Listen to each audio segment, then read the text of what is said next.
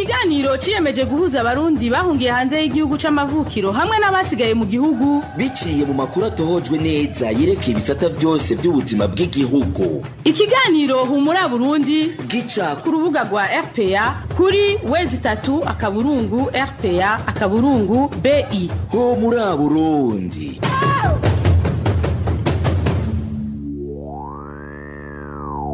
Ndabahaye mwiriwe canke mwaramutse bakunzi ba RPA muriko murakurikirana ikiganiro Humura Burundi cyo kuri wa kabiri ruheshi umwaka wa 2020 mu buhinga bw'ivyuma hari Fabrice ndi mu rukundo afadikanije na Emile Nibasumba kuri micro naho muri kumwe na Eloge Divin Remesha ano makuru akabagaze ku ngingo nkuru zikurikira. Umuntu umwe yarayishwe ku mutumba Gisovu muri komine Kanyosha y'intara ya Bujumbura. Ingene yishwe n'icabiteye muraza kuvyumva muri ano makuru.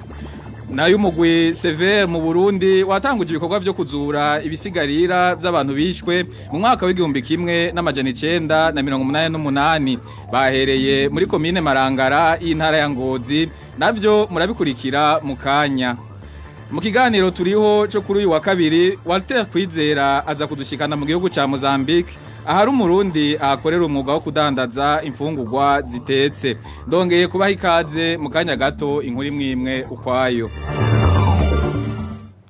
Ano makuru tuyahere ku gisata c'amagara y'abantu. Leta y'u Burundi nta bahinga wo gupima ikiza c'umugera corona ifise bakwiye kubera ko umushikiranganje w'amagara y'abantu no kugwanya sida ari we yahagaritse igikorwa cyo kubaronsa inyigisho. Ivyo biruko mu gihe hari abatari bake basaba gupimwa ariko ntibishigwe mu ngiro. Ni inkuru twateguriwe na Emmanuel Niyungeko. Ubukene bw'uburyo bukwiye hamwe n'abahinga banonosoye ibijanye no gupima ikiza c'umugera corona zoba ari zo mvonyamukuru zituma leta ya Gitega idashobora gufasha abitura ibitaro bitandukanye byaba byo mu gisagara ca Bujumbura canke ivyo mu gihugu hagati basaba kugirirwa ibipimo mu gihe bibonye ko ibimenyetso bisa n'ivya COVID-19. Dufatiye ku karorero ko mu gisagara ca Bujumbura bamwe mu banyagihugu bitura ibitaro Kira biri muri zone Kinindo na Bomereke biri muri zone Rohero mu gisagara ca Bujumbura bavuga ko badasuzumwa mu gihe hari ababa bibonye ko ibimenyetso vy'ikiza c'umugera corona. Ibintu bimeze uko kandi ku bitaro vyitiriwe umwami Karede biri muri zone Gihosha hamwe no ku bitaro biri kwibarabara rya gatanu muri zone Bwiza bita Maison Medicale. Aho muri wa Karede na Maison Medicale rero nkuko amasoko ya RPA abimenyesha hari abahagwariye ndetse bakanahabwa n'imiti ariko batapimwe. Amakuru dukura ku bitaro by'abasirikare avuga ko kuri uyu wa kabiri hitavye Imana abantu 4 kandi bose bari bafise ibimenyetso vy'umugera corona. Muri abo bantu bari bagwariye muri bloki ya 12 yagenewe kwakira abagwayi bikiza COVID-19 harimwe umukenyezi yari yimirije kwibaruka. Ayo makuru akavuga ko vyabaye ngombwa ko babaga uwo mukenyezi kugira bamukuremwo uwo mwana. Uretse ko abari bigishijwe ivyo gupima uwo mugera ari bake bahavuye bagabanuka gusumba kumvo zo kugwara. Amakuru RP ifise avuga ko mu mugwi w'abantu 11 bo mu kigo INSP batanu vyahavuye bimenyekana ko nabo nyene banduye ico kiza. Batandatu basigaye bakaba batoshobora gutunganiriza abitura ibitaro bose. Ivyo vyaje kunyugwa nuko umushikiranganje w'amagara y'abantu no kurwanya sida yahagaritse inyigisho zo gukinga gupima no kurwanya ikiza corona zariko zitangwa n'umwe mu bakozi bishirahamwe OMS bakorera mu Burundi mu nyuma bakuraho birukanwa na leta y'u Burundi ubutarariye ku wa 15 Rusama. Bamwe mu bahinga bo mu gisata c'amagara y'abantu bavuga ko uretse ubukene bw'abanonosoye ibijanye no gupima gukinga hamwe no kurwanya ikiza c'umugera corona igihugu gisanzwe gikenye ibikoresho bifasha mu gupima. Aha tukavuga nk'ivyo bita reactif mu rurimi rw'ikinyamazuru. Ku nshuro zitari nke tumaze kurondera muganga Tadendi Kumana aramutswa ubushikiranganje bw'amagara y'abantu cyo kimwe na muganga Jean Bosco Girukwishaka avugira ubwo bushikiranganje nyene bakaba batigera bitaba telefone. Arakoze Emmanuel Niyungeko. Tubandaniriza no makuru kuri no nkurikiye ku masonga. Uyu munsi niho hashingurwa Amos Ndimugwanko yahora ari umunyamabanga wa mbere ubuserukizi bw'u Burundi mu gihugu ca Tanzania. Amos Ndimugwanko yashinguwe mu itongo ry'abapfuye ry'injiro mu gisagara ca Arusha aho yarasanzwe arangurira imirimo yiwe. Amos Ndimugwanko ni nawe yararongoye ahi Arusha ibiro by'u Burundi bikurikirana ivy'umuryango wa EAC. Uwo muryango akaba ariwo wamuhambishije kubw'amasoko yacu mu bakora mu gisata cy'ubuserukizi bw'u Burundi mu makungu. Amos Ndimugwanko yitavye Imana igenekezo rya 13 Rusama ahitanywe n'umugera wa corona. Leta y'u Burundi ikaba yaranse ko atahukanwa ngo kugira bakinge ntibakwiragize uwo mugera mu gihugu. Leta y'u Burundi yari yagenye uyiserukira muri ico gihugu Ambassadeur Gervais Abayeho ngo abariwe atunganya ivyipfubwa ry'umunyamabanga wiwe, ariko amakuru twakuye Arusha amenyesha ko Ambassadeur Abayeho atari muri ivyo birori vyo kumushingura. Hari Liberan Mukeko umunyamabanga mukuru w'umuryango w'ibihugu vya Afrika y'ubuseruko EAC. Mu gisata cy'umutekano hari umuntu yaraye yiciwe ku mutumba Gisovu muri komine Kanyosha y'intara ya Bujumbura. Abanyagihugu bo muri komine Kanyosha bavuga ko uwo yishwe yagandaguwe mu gihe yaraje kwiba muri ako gace. Idonido na Emmanuel Ndayishimiye. Ikiziga catowe ku mutumba Gisovu zone Kiyenzi muri komine Kanyosha mu ntara ya Bujumbura nico witwa Irakoze. Iyo bafise imyaka iri hagati ya 30 na 35. Inkuru ziva mu Kanyosha zitumenyesha ko uwo yishwe yari mu mugwi w'abasuma batanu bari baje kwiba mu kigwati c'abatwa. Ayo makuru avuga kandi ko abandi basuma bashoboye kwiruka. Abo basuma bari bafise imipanga. Abanyagihugu bamwicishije amahiri. Irakoze yavuka ku mutumba Nkenga Busoro muri zone Kanyosha mu gisagara ca Bujumbura. Umuryango wiwe waciuza gutora ikiziga aho baciye bamuhamba aho nyene ku mutumba Gisovu. Duhamagaye kuri telefone Emmanuel Niyongabo umukuru wa zone Kiyenzi tumaze kumwidondora tukamubwira n'ivyerekeye uwo yishwe naco yashimye gushikiriza. Ibiganiro vya RPA mu bisanga ku mbuga ngurukana bumenyi zitandukanye: Facebook, YouTube, Twitter no kuri wezi3 akaburungu RPA akaburungu BI. Muri politike hasigaye amasaha 48 ngo kugira ngo hatanguzwe ubwanyuma ivyavuye mu matora, kugira ngo hatangazwe ubwanyuma ivyavuye mu matora nkuko ikirangamisi cy'umugwiseni kivyerekana. Iryo tangazwa y'ivyavuye mu matora rikaba gitezwe mu gihe hari igifungu cinshi mu bijanye n'ibiharuro vy'imfata kibanza uwo mugwiseni uherutse gutangaza. Hagataho umugambwe CNL waratanze ibirego vyawo ukaba urindiriye ko sentare yubahiriza ibwirizwa nshingiro ishikiriza ijambo rya nyuma. Ni inkuru ya Vicky Chris n'interetse. Ibiharuro mfata kibanza biheruka gushikirizwa n'umugujejwe w'amatora seni kwigenekezo rya 2025 Rusama byarateye impari yaba barundi canke amakungu benshi barerekanye ko batanyuzwe n'ivyavuye mu matora vyatanzwe na seni. Ivyo rero bikaba vyatumye umugambwe CNL wa Gaton Gwasa witwara muri sentare ijejwe kubahiriza ibwirizwa shingiro kuri wa kanigenekezo rya 2028 Rusama aho bavuga ko ayo matora yaranzwe n'ubusuma. Uwo mugambwe ugasaba sentare kutemeza ivyo vyavuye mu matora. Mu kiganiro umugujejwe gutunganya amatora seni uherutse kugirana n'abamenyesha makuru muganga kazi hise Pierre Caraveri yarashize abanyagihugu madidane aho yamenyesheje ko ibiharuro uwo mugwi washize ahabona ku rubuga rwa seni bitari byasuzumwe neza n'uwo mugwi kandi ko bitari bikosoye ico bita brouillon mu gifaransa. Ayo majambo rero akaba yabandanije atera uruhagarara mu bantu aho bamwe biyumvira ko ivyo biharuro byashizwe ku rubuga byo bari byahinduwe. Abandi nabo bakiyumvira ko bari kwihenda gusanzwe nkuko umukuru wa seni yabivuze kandi ataco vyohindura ku vyashikirijwe. Naho rero hari kudahuriza kuri ivyo biharuro mfata kibanza. Sentare ijeje kubahiriza ibwirizwa shingiro isiganya amasaha ari musi ya 48 kugira ngo yemeze canke ihakane ibiharuro mfata kibanza vyashikirijwe na seni. Mu gihe iyo sentare rero yo kwemeza ivyavuye mu matora, umugambwe CNL uzobutsinzwe urubanza washikirije hakazoba hasigaye ko wunguruza muri sentare y'akarere ka Afrika y'ubuseruko. Mu gihe naho sentare yoramuka itemeje ivyo biharuro mfata kibanza byatanzwe na seni, ico cyo kiba nuko inzego zihari ari zoca zibandanya gutwara. Gutyo Petero Nkurunziza agatwara gushikiye gitazwi aho amatora yobera.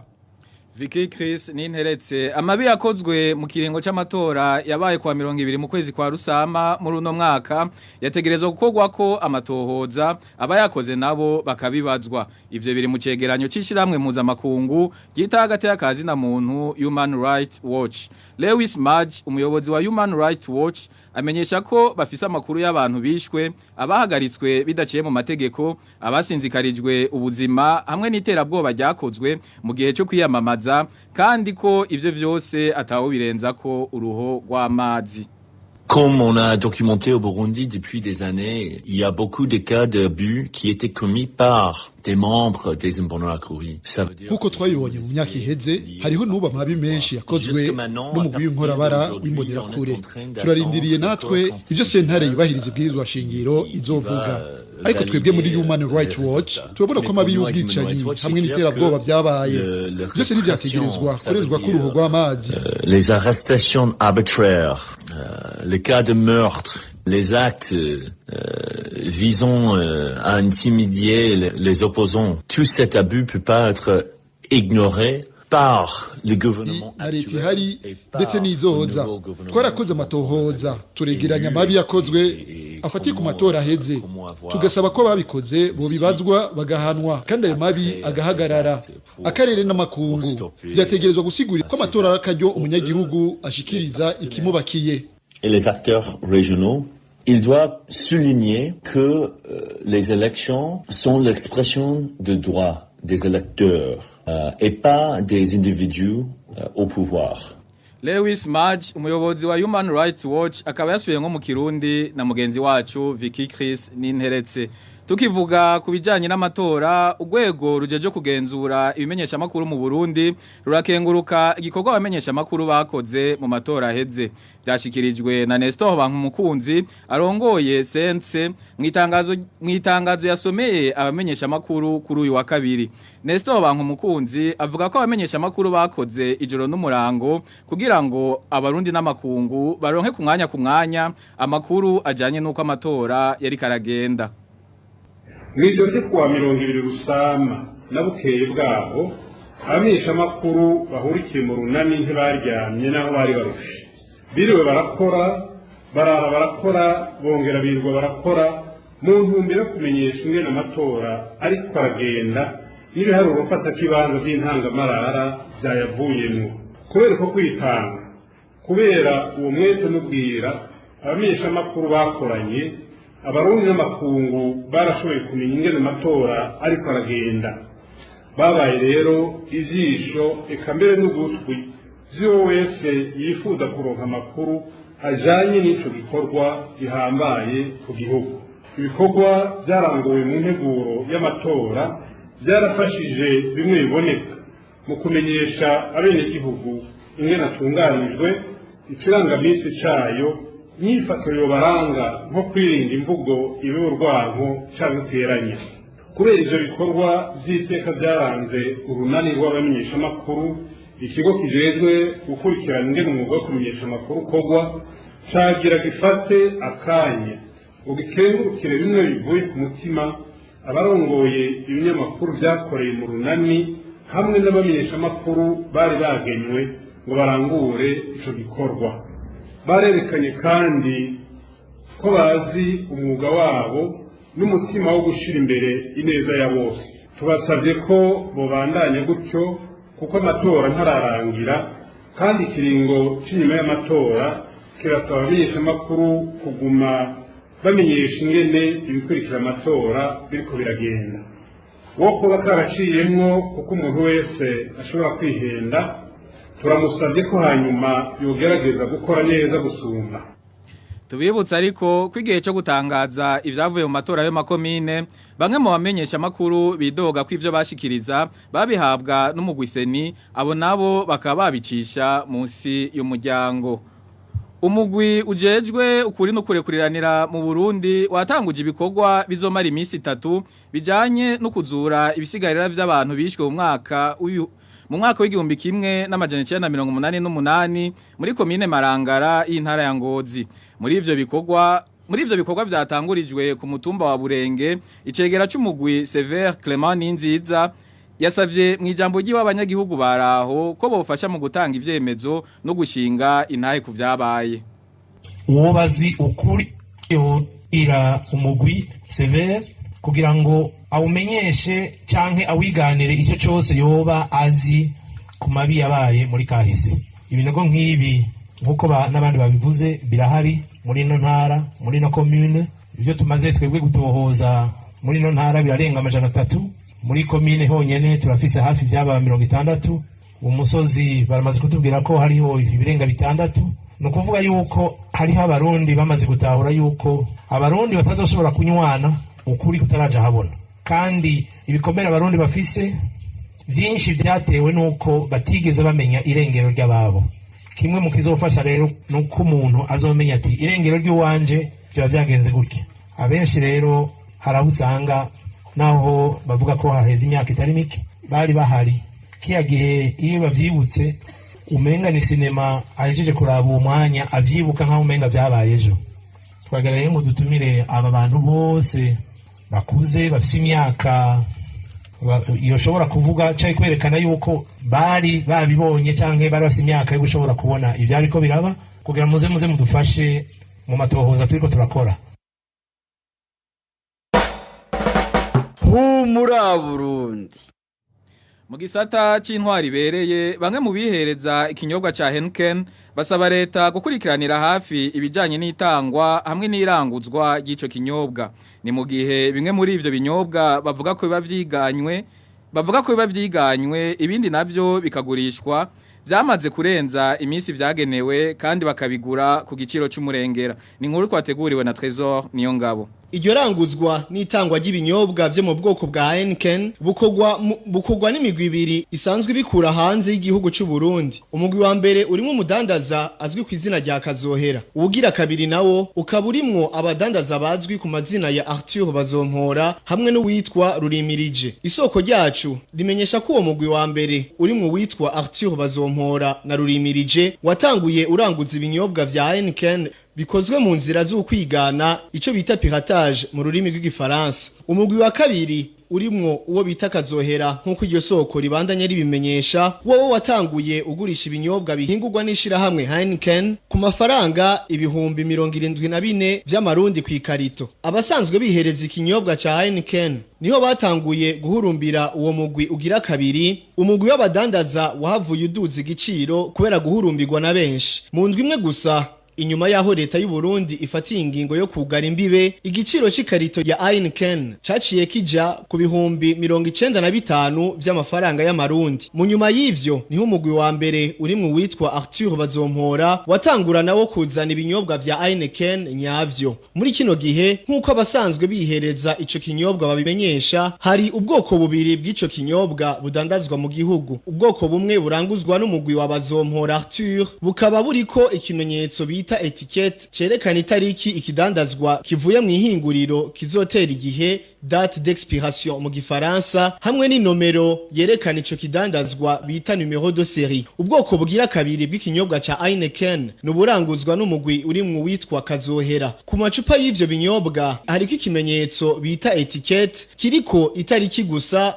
ata numero y'ikidandazwa iriko, kandi biboneka ko zahanaguwe zahorako. Abatari bake mu bihereza ico kinyobwa bakagira makenga ku kanovera n'igiciro c'ico kinyobwa Heineken narirya ataho zirangurizwa hazwi ico bita depo mu gifaransa. Isoko ryacu rimenyesha kandi ko iyo abo baranguza ico kidandazwa bagishikanye mu Burundi, abanyagihugu basanzwe bahabwa bike, ibisigaye bakabiranguza ku bategetsi bamwe bamwe harimwo n'intwaza ngabo zo mu gisirikare zituruka mu mugambwe CNDD-FDD. Abasanzwe bihereza ikinyobwa Heineken bagasaba rero leta gukurikiranira hafi no gutunganya neza kandi mu muco ugo rudandazwa. Twarondeye umushikiranganje w'ubudandaji Jean-Marie Niyokindi kugira agire ico bivuze ko telefone yiwe yahamagara hakabura uwitaba.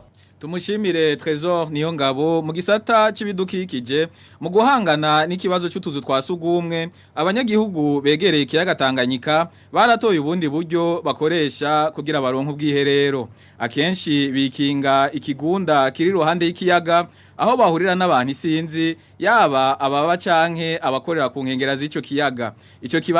Ico kibanza bakaba mbere baza baranagitoreye izina. Ni inkuru ya Marie Ange Irakoze. Mu Kinyambiro n'ahantu usanga hari nk'inkombe, ni ku nkombe y'uruzi y'ikiyaga Tanganyika.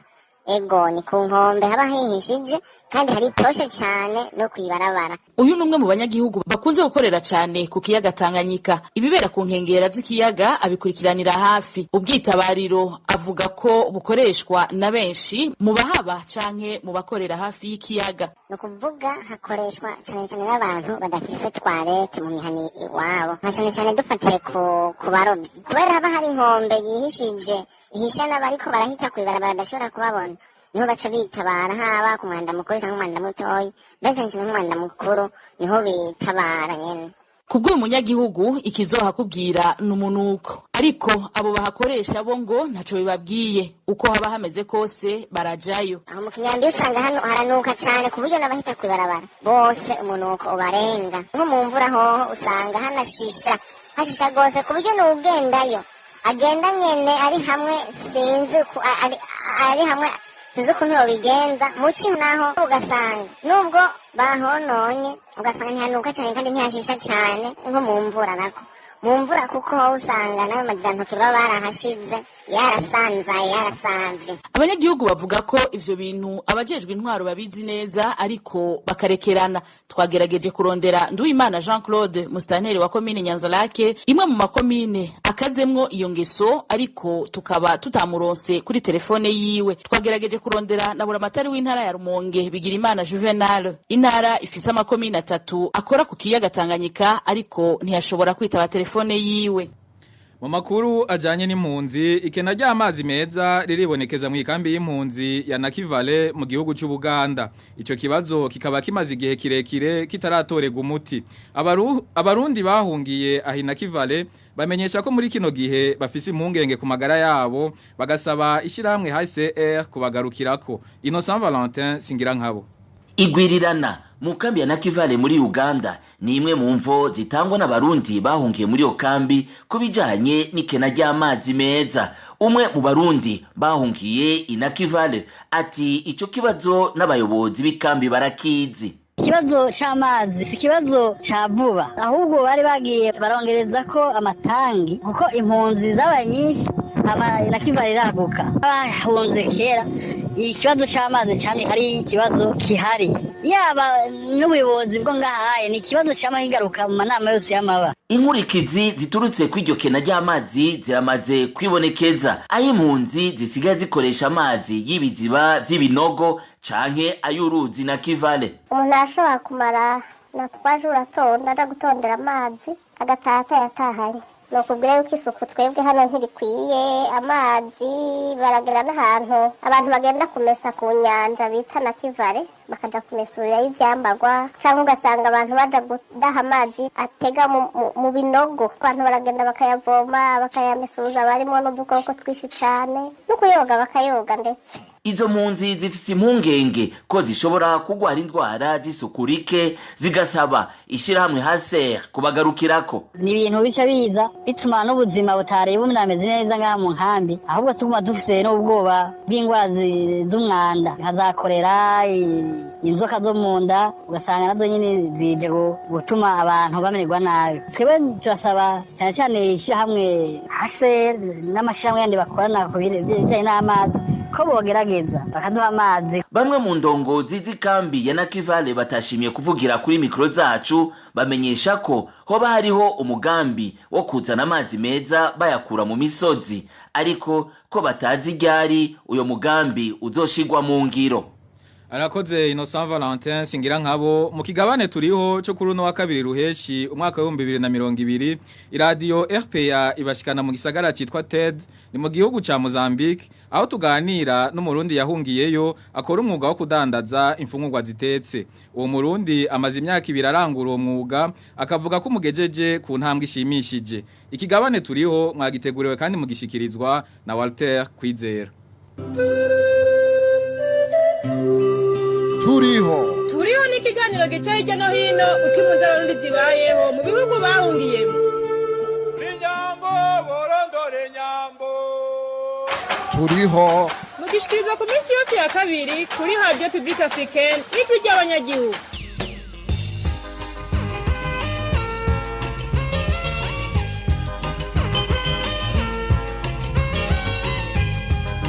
Ikaze mwese nshuti namwe bakunzi b'ikigabane turiho, ikigabane cyama kituyagira ku bijanye n'ubuzima bw'abarundi bahunze batakibarizwa mu gihugu cyabo c'amavukiro. Niteka ridasanzwe gusubira guteramana namwe ikigabane turiho cyo kuri uyu wa kabiri ruheshi umwaka w'2020. Kuri uno wa kabiri tugira tuyage n'umurundi yahungiye mu gisagara ca TED mu gihugu ca Mozambique. Uwo mutumire wacu ni umusore w'imyaka 26 abeshejweho n'urudandaza rw'imfungurwa zihiye. Arateka akagaburira abantu ibyo bita restaurant mu rurimi rw'igifaransa.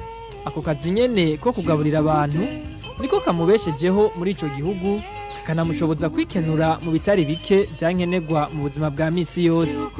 Muri kino kigabane turiho, umutumire wacu aratwiganira ryari yahunze igihugu camwibarutse, aho yashikiye muri ico gihugu yatsemwe indaro n'ubuzima bwiwe uyu munsi muri ico gihugu uko bwifashe biciye muri ako kazi kiwe ko kugaburira abantu imfungurwa zitetse.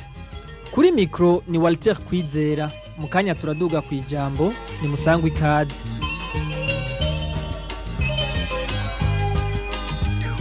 Shirukute Epeya Uri radio shahuri radio Shirukute Shirukute Shirukute Bizimana Zebro ni umusore w'imyaka 26 akaba yahungiye ku mugwa mukuru w'igisagara citwa TED ni mu gihugu ca Mozambique. Zebro aratwiganira ryari yahunze Burundi aho yashikiye abamwakiriye eka mbere n'ivyo yashitse akora akigera muri ico gihugu. Yasi ya nyama ya mbuzi mbamba masamba sima na roje. Ndi Murundi ndacari umusore sindubaka. Navuye mu Burundi mu 2018 nitira mu ntara imwe mu ntara z'igihugu ca Mozambique ariyo bita Tete. Ndi ku mugwa mukuru w'iyo ntara ndimo. Nashikiye ku bagenzi twarabanye kuva ico gihe turabana umwanya utari muto, narabafasha ibyo bariko barakora turafashanya, hama harageraho ndonke ivyo nanje shobora kuba nokora. Ndiko ndakora rero niyumvira ico notangura gukorerako, niyumviye gutangurira kuri restaurant teka ivyo kurya, hama ndabikoze natanguye ndi umwe, hama mu nyuma turondera umuntu dushobora gufashanya tuba babiri, mu nyuma kandi shiramo abandi babiri tuba bane. Ubu rero turiko turakora bigenda neza cyane.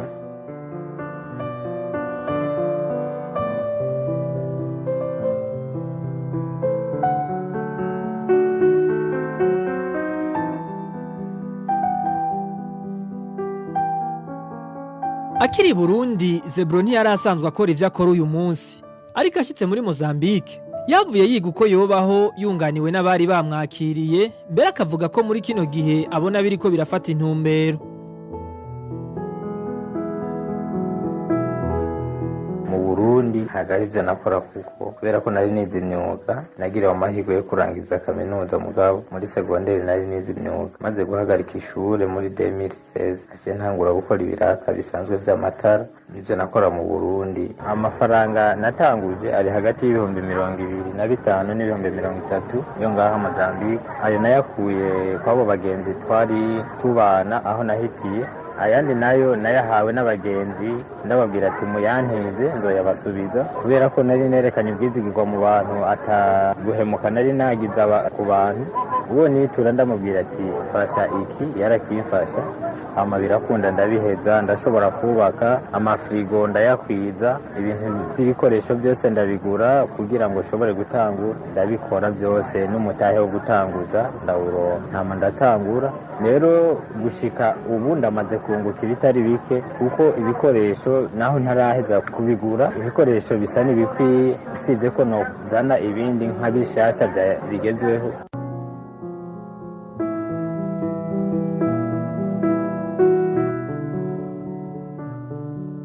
Basokuru barayamaze ngo ahari shaka harashika. Zebro uretse ko yikenura mu vy'abakeneye, amenyesha ko n'umusaruro w'umwete wiwe umaze kumushikana ku bitari bike, mbere akabafasha n'ababanyi biwe. Nabibonye akarusho katari gato cyane kuko byaramfashije mu buzima ubuzima nari mbayemo bwarahindutse kuko icyo nkeneye cyose ndakironse kandi usibye jewe ko byamfashije urumva ko nashoboye gufasha abantu batatu ku ruhande yanjye bashobora gufungura bitabagoye kwezi guheze nk'abahemba umushahara wabo bivanye n'akazi bakoze kuko ndabahemba igihumbi ku kwezi umwe wese ndashobora kuriha inzu ndimo nkoreramo 2005 nkariha umuyagankuba w'1,500 hama nkaronka n'amafaranga ndiha ku ishure aho nagiye kwiyandikisha kugira ngo nige ibyo nshaka kwiga ntirihira 1,500 ndiko ndafasha abana barenga 60 narabagura ibikoresho baraja ku ishure amafaranga ndayakwiye ndiko ndakora nyene n'ubu ndiko ndabakurikirana usibye ko amashuri mwakino gihe atari karakora kuko coronavirus iri hose ariko nariko ndabakurikirana kandi n'ubu nzoguma ndabikora byose ndabikora ndabikuye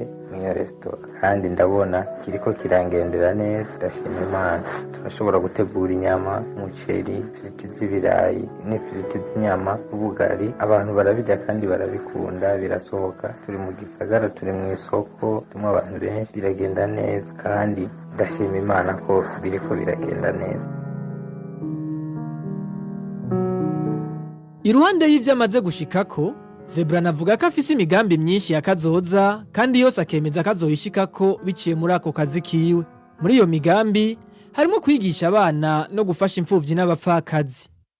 Aha ndipfuza kuzokubaka ishure abo bana dusanzwe dukorana bagashobora kuzokwiga biboroheye kuko hari abana usanga bigora kuja ku mashure nkabo ndabafashije bakiga bakarangiza coba ari n'igishinga ntahe ciza ku gihugu cy'u Burundi ko bafashijwe n'abarundi ama ndiko ndategura ibintu bibiri nifuza kuba nokora ndiko ndifuza ubwa mbere ko ngaha Mozambique nokora ibintu bitandukanye bigatuma Uburundi bushobora kuba bwovugwa neza ngaha n'iki gihugu turimo apana mu ntara ndimo gusa ariko mu gihugu cyose bakamenya ko hari abarundi hari ikintu bafashije cyangwa bariko barafasha ama kandi kubijanye n'igihugu cyanje nacyo cy'u Burundi ndifuza ko ejo cyangwa hirya yejo nofasha abana batishoboye cyangwa abapfakazi batishoboye nkafasha igihugu cyanje n'ivyo bintu numva nofasha niyo migambi ndiko ndategura nshobora kuba nokora muri kazoza mu mafaranga nzoronka kandi nzobikora ndizeye Imana ko nzobishikamo.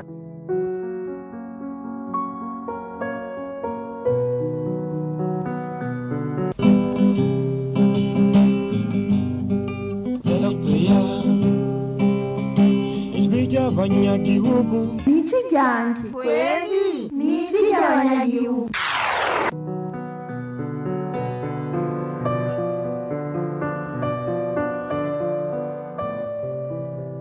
Tubibutse ko nubu ikiganiro ari turiho uyu munsi tukaba turiko tuyagana Zebro umurundi w'impunzi aba mu gisagara bita TED ni mu gihugu ca Mozambique. Kubura umutaho ukwiye wo kugura ibikoresho vyankenerwa mu kazi kiwe no kutamenya ururimi ruvugwa aho muri Mozambique biri mu ntambamyi zihungabanya ibikorwa vyiwe. Mamaze gushika ino ivyanyoroheye ko nshobora kuronka ivyo nkora bivanye n'ivyo nize byabaye ngombwa ko mpindura kubera ko nsanzwe mfise umwete ndakunda gukora ibikorwa vy'amaboko naciye nkora ico intambamyi zibura ko naragize ikibazo nkitangura ibikoresho n'abantu nkenera gukoresha uburyo ko biba bisaba isuku rirerire biba bisaba ibintu biteguye neza navyo n'ibintu biba bisaba amafaranga ariko buke vyagiye birahera gushika aya masaha rero ndiko ndabikora ururimi rwarangoye kumenya kuko bakoresha igiportige n'ikinyungwe n'igicewa ca Malawi kuko ni ku rubibi rwa Malawi na Mozambique kuvuga ururimi mwizo zitatu ushoboye kuvuga nigo ukoresha barakumva.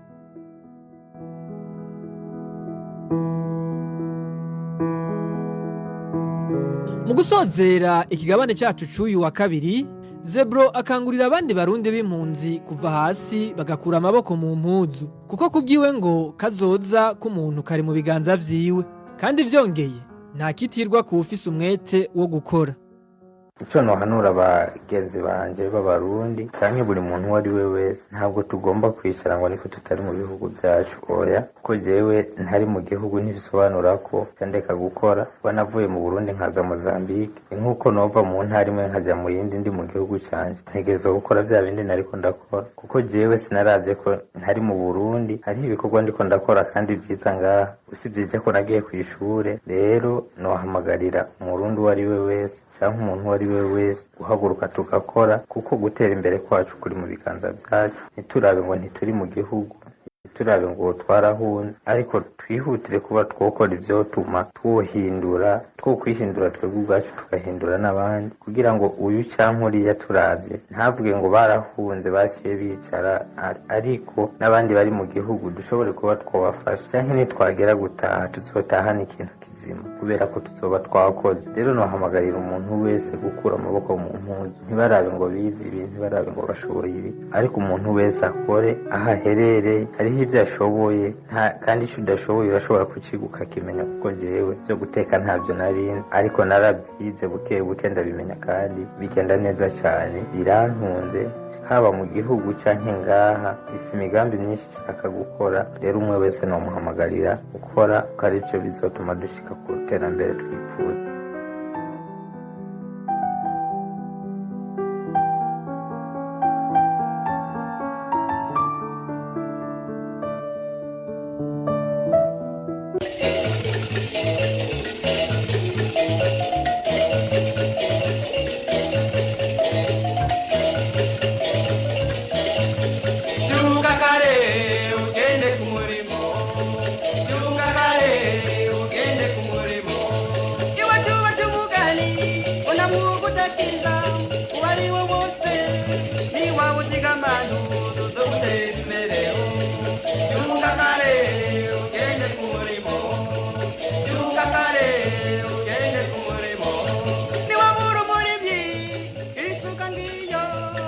Murageje kumviriza umusore w'imyaka 26 yahungiye mu gisagara bita Ted kimwe mu bisagara bigize igihugu ca Mozambique. Mwumvise vyinshi kuvyerekeye ubuzima bwiwe muri ico gihugu.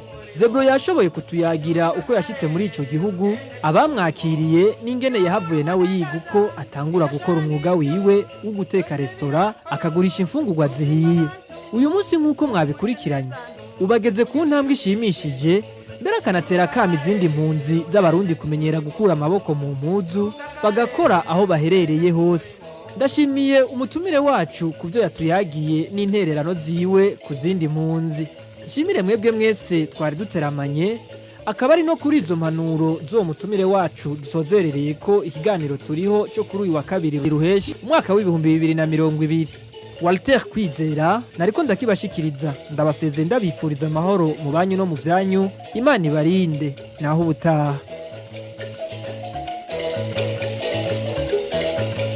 Yuga kare ugende ku murimo Yuga kare ugende ku murimo Niwabura umwigisha isomero ngiryo ibitabo ngiryo banyeshure ngabo Uburundi bwejo ubuhanza amaso ntukerwa kazinuze byose biraho Yuga kare ugende ku murimo Turiho cyari ikiganiro turiho kitubwira ingene abarundi bahungiye hanze y'igihugu babayeho.